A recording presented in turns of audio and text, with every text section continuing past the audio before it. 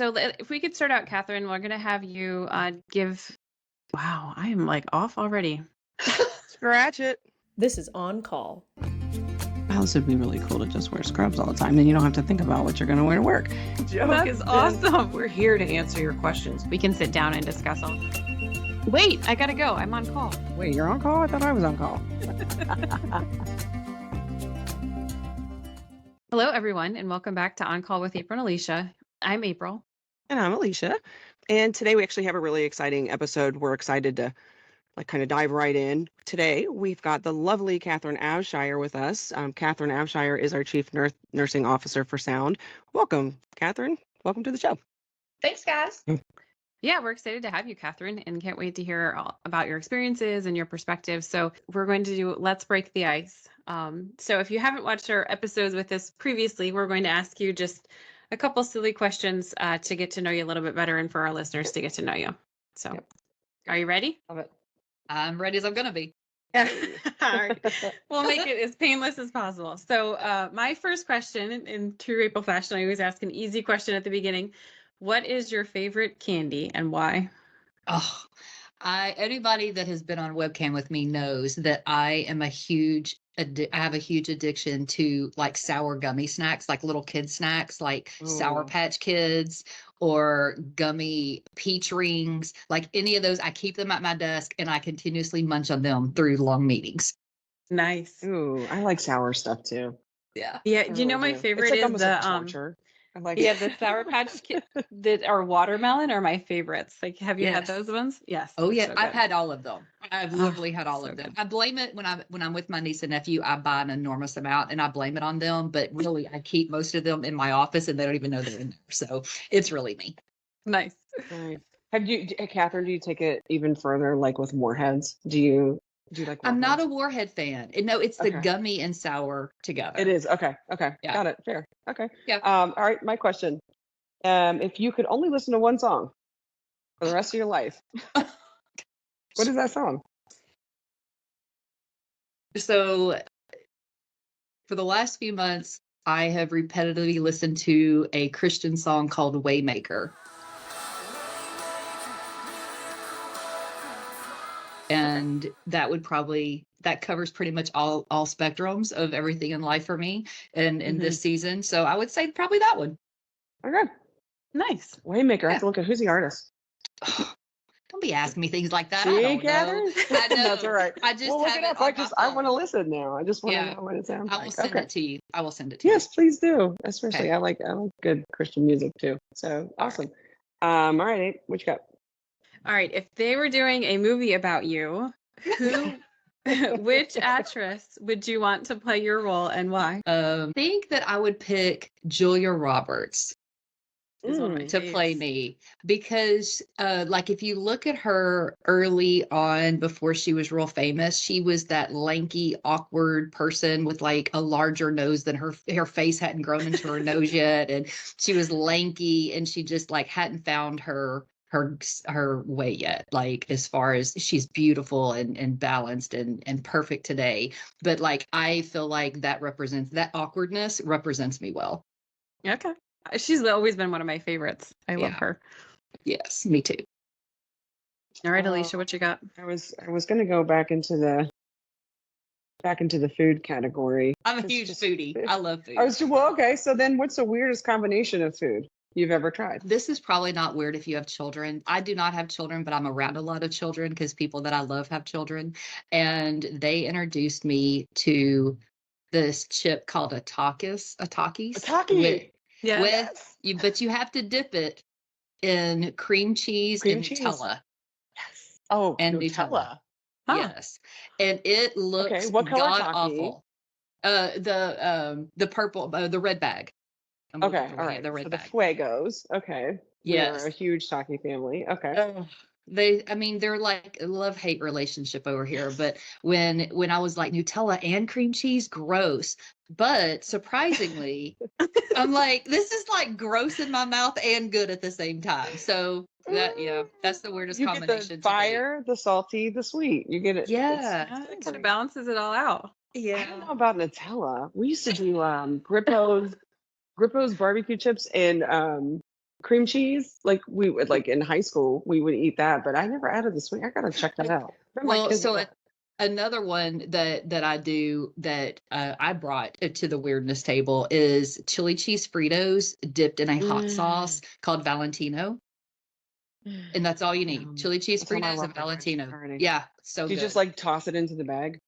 No, I don't. I actually like dip it like queso and chips. Like I dip it like that. Okay, I'm with you. I'm gonna hang out. I like it. I'll take it. I think that's awesome. And I think that's what we've got for now, April. As a reminder, this is week 4 of our Women's HERstory Month, and we are celebrating women of sound, not just women of sound, but all women for Women's HERstory Month. But Catherine Abshire is number 4 for us. If you could start by telling us a little bit about your background, your sound story, and your journey with hospital medicine. Sure. Well, that is not a short task. I'm excited to be You here guys don't know, Catherine's the OG of nursing for sound physicians. It I don't certainly know. is. Okay, so my background first, I've been in healthcare since 1997. Started at the lowest level of nursing you could be. I just wanted to be a nurse. And so I started out as a certified nursing assistant and have actually been every degree. I went to LVN school. I went to associates RN. I got my bachelor's, and then I ended up doing my master's in business, but went through up the ladder that way. So a lot of experience in that time. My RN experience was critical care and emergency medicine. I also did house supervisor, plugged in different leadership roles along the way. I really got into leadership, and this is all pre-sound, but plays into why I came to sound. Something that I realized is I was very frustrated that our patients kept coming back, and for like a rotating door. And there specific patients year after year that I took care of until they died. And I keep a doll on my desk of one of my most impactful patients that I took care of as a nursing assistant up until I became a nurse. And she was diabetic, CHF, non-compliant with everything, just a wonderful human being though. And I literally took care of her to the point where we were chopping off her limbs. And it was just, she would come in every few months. She had Thanksgivings with us and Christmases with us at the hospital. And she was just lovely, a lovely human being. And it was so strange how back in 1998, 99, those years really propelled what my trajectory was going to be in healthcare. And I didn't even realize it. But she made this doll for me and gave it to me soon. It was close to her death. And I have carried it with me all these years. And That's so sweet. That the doll, what kind of a doll is it, Catherine? I'm just curious. Oh, it's cute. I love it. Oh, you got a picture.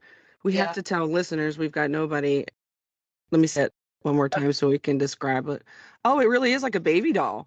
Yeah. So those can't see it. It's a real baby doll. I was thinking maybe smaller, but yeah, it's real. She handmade that. Yeah, it's wooden. It's got a wooden base, and she glued the hair on it really? and glued a little purple flower. And back in the day, I had very long blonde hair, and I'd put it up on top of my head in a bun. And so that's what she's got. The little girl has got her That's blonde hair so on. sweet. So that's like her little Florence Nightingale was you for all that time. Except you probably were a lot nicer than Florence. I heard she might not have been so nice.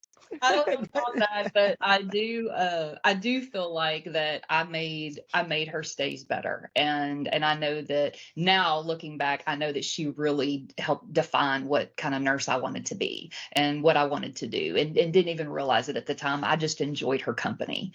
So anyway, I ended up getting into leadership because I felt like that must be the way you fix this problem. And I'm from a small town. I should offer that as well. So like I went to the grocery store with my patients, and I would see them in Walmart, and it's like you really were a small community, and you were with them all the time. And so when they came in the ER, or they were admitted to critical care, it was like, hey Henry, how's it going? How's the fam? And and I just wanted better for them. And so I got an opportunity as a young, newer RN to be charge nurse, which I accepted, and then clinical coordinator. And then I had a very fast track to leadership. I was just so passionate about the outcomes of our patients. And I had very good mentors along the way that just really nurtured that desire to make healthcare better. What I learned was that it wasn't as easy as being a leader and saying, we're going to do things better. We were Right. restraints of our geographic area, what resources we had available, what funding our patients had, all the things. And so I really just got frustrated and I was looking for a change. I never wanted to leave nursing. I've wanted to be a nurse my entire life.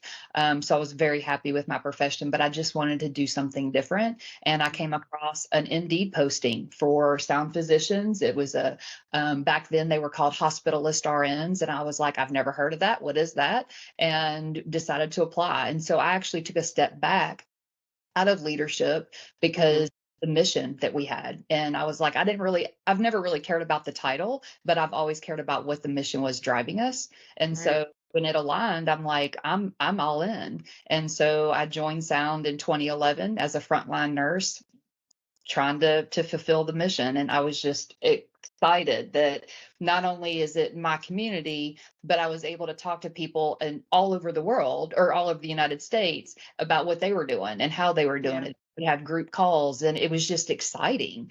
And I was, again, from a small town. So I had never experienced anything like that in my life. And the rest is history. I'm still trying. I'm working on that mission as of today, just trucking right along. And now I'm just thrilled that I have a team and we're all just as passionate as I was back in 1997. I was just about to say, now we've got a team of Catherine Abshires that are out doing the same work that one patient inspired you to do. I think that's actually one of the most beautiful and stories, honestly, just how that really inspired you. I appreciate you sharing that. When you talked about that patient, you talked about her revisiting the hospital all the time, which obviously is why we have you here today, your expertise on hospital metrics. So if you don't mind, if we just jump into the discussion, can we talk a little bit about what are hospital metrics and which metrics are crucial for us in understanding clinical performance? Sure. So everybody puts a lot of things underneath metrics, but regardless, there's really 5 basic metrics that every hospital is going to focus on. And then you have kind of a spaghetti where everything else attaches to it. So like a big header would be length of stay. Another big header, readmissions, patient experience. I think everybody even if you're in a restaurant, you're getting surveys about how was your experience. Just the experience is huge. No different for a hospital. Mortality is something that's really important, not very popular as of a discussion, but it is something that's important to our hospitals. And then also the next side of care. So where's the patient going when they leave? Because that really impacts their success outside the hospital walls. So those are the 5. We kind of coined those the Strive for 5 in Sound. We have, the CMS or Medicare has the Journey to 5 stars. It's like everybody kind of has their spin on the title, but those are the basic 5 metrics that everything connects to for a hospital. Okay. Yeah, that makes sense. I mean, those are, the things that really impact our patients' care. So, how would you say that those metrics influence the overall quality of care that our patients are getting in the hospital? I think everything impacts something else. And Yes, agreed. like a longer length of stay, for instance, what's going to happen to the patient? Well, one, it will affect their experience because they will be unhappy that they are sitting there. The majority. Now, everybody's got the story of the patient that wants to live in the hospital. Like, I'm not talking about the one-offs. The majority of patients want to get the heck out of there. And so that longer length of stay impacts the hospital's financial state as well. It affects staffing. It affects all different types of things. For the patient quality, it leads them to complications. They have a better chance of getting an infection. They could fall. They're not in their normal environment. And, especially our elderly population, they easily get confused. They fall going to the bathroom in the hospital room, all of the things, infections, medication errors. Like, we're just going to be honest, like we're human and errors happen. And so the longer that a patient stays in the hospital, we are putting them at risk for all sorts of different complications. So I don't think that you should rush them out the door, because then that affects a different metric. And so Right. if it comes too fast, they're going to suffer different complications. They're not going to recover well from that surgery. They're not going to have good range of motion. They're not going to, bronchitis is going to go into pneumonia. I mean, there's all different types of things that result in a short length of stay, or too short. So then they come back to the hospital. And that also results in an unhappy patient. The majority, once they're, saying goodbye, they don't want to see you again for a very long time. And so if you have to come right back, they're not going to be happy. So I think everything impacts it. Even mortality. When you look at mortality, it's like, if you're being treated for sepsis, you don't want your record to say, I have a urinary tract infection. Like, you want it to reflect everything that you need, because it impacts what your insurance or what CMS is going to afford you to use outside the hospital walls to recover. If we aren't representing the patient's actual illness or recovery needed, then they are going to suffer outside the walls of the hospital by not getting what they need resource wise, which then equates to an unhappy patient. So I really think that everything feeds into the next thing. And it's not just one easy thing you can pluck out and say, this is how you make sure the best quality of care happens. You have to think about all of it all the time. Mm-hmm. So look at emergency medicine. A lot of times we look at patient experience in the inpatient setting, but everything does affect everything. Patient comes to the emergency room, they have to wait too long, they just leave. Right. That's a metric that we measure, because they are going to tell someone else. They are eventually probably going to come back to the emergency room and then get admitted, right? Like, Right. we are Yep. taking care of those patients that like wait a couple hours and then come back. They're upset though when they get back, because they've already been there.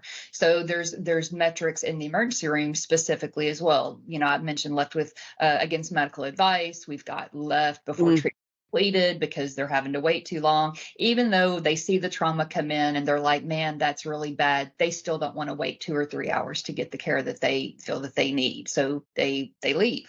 Left before being seen completely, if they feel like they're having to wait too long. All of those things are going to affect your patient experience. And so I think that we really do ourselves a disservice if we just look at one thing in one setting. I think we have to look at things globally. Luckily with Sound, we have multiple specialties. So we really do have the ability to go from as soon as the patient gets to the hospital, no matter how they enter, all the way through post-discharge. And so I think it's a really exciting thing for me to be able to look back over my years at Sound to say, we used to just look at this way, and now we have a full picture that we can affect a patient's whole stay. So that makes sense. Yeah. I love that. It's funny that you mentioned the wait time and that people will talk. I was talking to a friend the other day. She was not in the hospital at all. No need to go to the hospital, but she knew like the wait times of the hospitals like around, because she had heard, don't go to this hospital because they have a long wait time, which I mean is to be expected a little bit this time of year. But now that they're actually like posting times, at least in my city, they're posting wait times. I can jump on Cincinnati Children's, and they'll say this campus wait time is 72 minutes, and this one, and then it'll almost kind of triage you yourself through, like, how serious can we maybe push you out to a satellite campus or something. But even our tri-health system here too, the wait times are posted. I've never seen anything like it, but it, I guess, makes sense that they're monitoring everything, right? Mm-hmm. Yeah. Everybody's measuring everything these days. That's right. Everything. For sure. And it's all out there, for everybody to see. So. That's right. And it's public. Yeah. Everybody can see everything. Yeah. So speaking of that, technology plays a huge role in our healthcare today. So how would you say that technology and data analytics contribute to tracking and analyzing these metrics that we're talking about? So my favorite thing to say, especially when I'm talking to a new team that's not used to all of our technology that we have, is it really removes the bias. And my favorite thing to say, why do we need all this? Because it's going to remove the bias. I'm guilty. I think everybody is guilty of like having a bad day and saying, this person never does this, or this cardiologist never calls me back on time. And really, we're just having a bad day. And that cardiologist does the majority of the time call me back timely. Data and technology allows us to track that and then really come to a team or our leadership team and say, okay, this is what actually has room for improvement, especially with our hospital partners. Anytime that you're working with a large group of people, it's going to be easy to be like, well, that's not me, that's case management, or that's not me, that's lab. Right. And technology gives us the ability to track that in an unbiased way. There's no emotion. Now, technology, when it works, so there's an occasional, blip in the system, but 99% of the time it gives us concrete information that is actionable, and we don't have to worry if it is skewed because of the person's emotional state as they were collecting the data. Makes sense. I also think the other really important part to remember when you're thinking about technology and data is, how's your plan working? We all have a bunch of plans, right? And something's not going right, a metric's not going in the right direction. Right. People's coming to you, giving you heat. What do? Well, you put a plan in place. If we don't have a way to track our progress, we run into the cycle of like the hamster wheel of like every 2 weeks, somebody's got another idea. And so we're just whack-a-mole, and whack doesn't work. You gotta get a plan, you gotta implement it, and you gotta stick to it. And so technology and the data gives us clarity on, are we actually making progress or not? So I don't think that, well, I mean, I started when we didn't have everything that we have now, and I don't even know how we did anything back then. I don't know how we improved stuff, but we did. But there's a lot of Excel spreadsheets and a lot of spreadsheets. Excel purgatory. Yes. Yeah. I'm grateful. We all know. Yeah. Well, Catherine, like, not to like interrupt, but it sounds like you may be leading here, and if you're not, that's fine too. You were mentioning like you've got to stay diligent, you have to stay on these things. You've been here since 2011. This didn't look like this when you were starting. Now now we've got all these metrics to track. Do you have any examples, and I'm sure you've got a lot, but any specific you'd like to share with us, just successful initiatives where we've actually used these metrics and seen improved outcomes using these metrics? I do have a plethora. I mean, our teams are incredible of their innovations and just how they come up with things. So we actually have case studies. Anybody that is listening that wants to come on the website can read the different case studies. There's just our teams have done an incredible job over the years. But one, as an example, I am also, as you can probably tell, I'm very passionate about length of stay. I just think that it affects so many different things in a patient. And so when I first started as a hospitalist RN, that is where I really dug in. We had a huge opportunity, and so dug in there. And the lessons that I learned there have then over the years helped us expand what technology was available to us. So recently we do analysis, length of stay analysis on every hospital. Our teams on site do that. Our nurses on site do that. And it was about a length of stay issue. And so immediately your mind goes to, okay, we have a length of stay issue. Patients probably need to leave sooner. What can we do? But it wasn't that they needed to leave sooner. It was how they were leaving. And so through the data analytics, we found out that we were telling patients they were leaving, but it was late in the day. They didn't have rides. And so then it was like, well, my ride can be here in the morning. And so we did a whole, and I say I wasn't there at this facility, but this was done by the teams. They did an entire analysis, walked through like they were a patient, and came up with, okay, not only do we need earlier discharge times, but let's do a discharge lounge. So that way, if the patient says, oh, my ride's not going to be here, okay, well, this is where you go. And it's comfortable, but it's not all of the luxuries of the actual inpatient hospital bed. It is just a place to wait for their stay. It's something to include the family in the discussions earlier in the stay of like, hey, we're going to go home on Thursday, going to be ready at 9 o'clock in the morning. And that way we didn't surprise them with like, okay, you're discharged, where's your ride? The family formed and they could plan.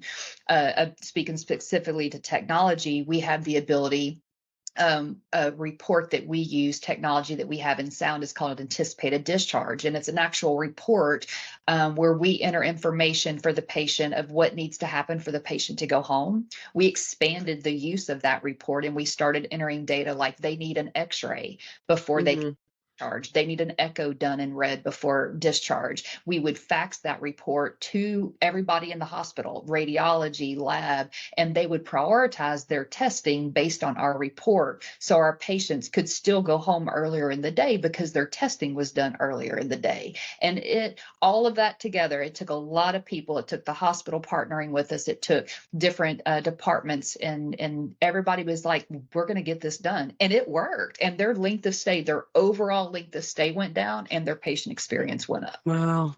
Wow. That's awesome. Yeah, Wow. it works. I like the concept of a discharge lounge. I'd like a discharge lounge. Like, we'll discharge this patient to the discharge lounge. I've never heard of that, but I like that.